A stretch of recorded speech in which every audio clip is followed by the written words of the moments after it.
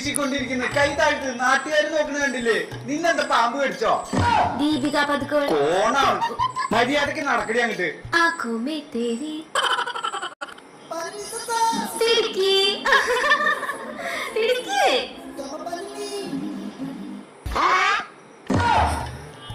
ആ ഫോൺ ഉണ്ട് താങ്ങി. ഇവിടെ വഴിയറിയാതെ ലൊക്കേഷൻ നോക്കണേന്റെ ഇടയില അവിടെ.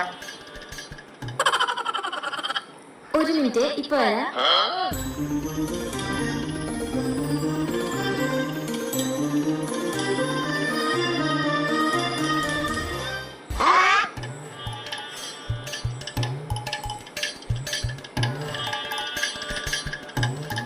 എന്താ നോക്കുന്നേ? നിന്റെ പല്ല്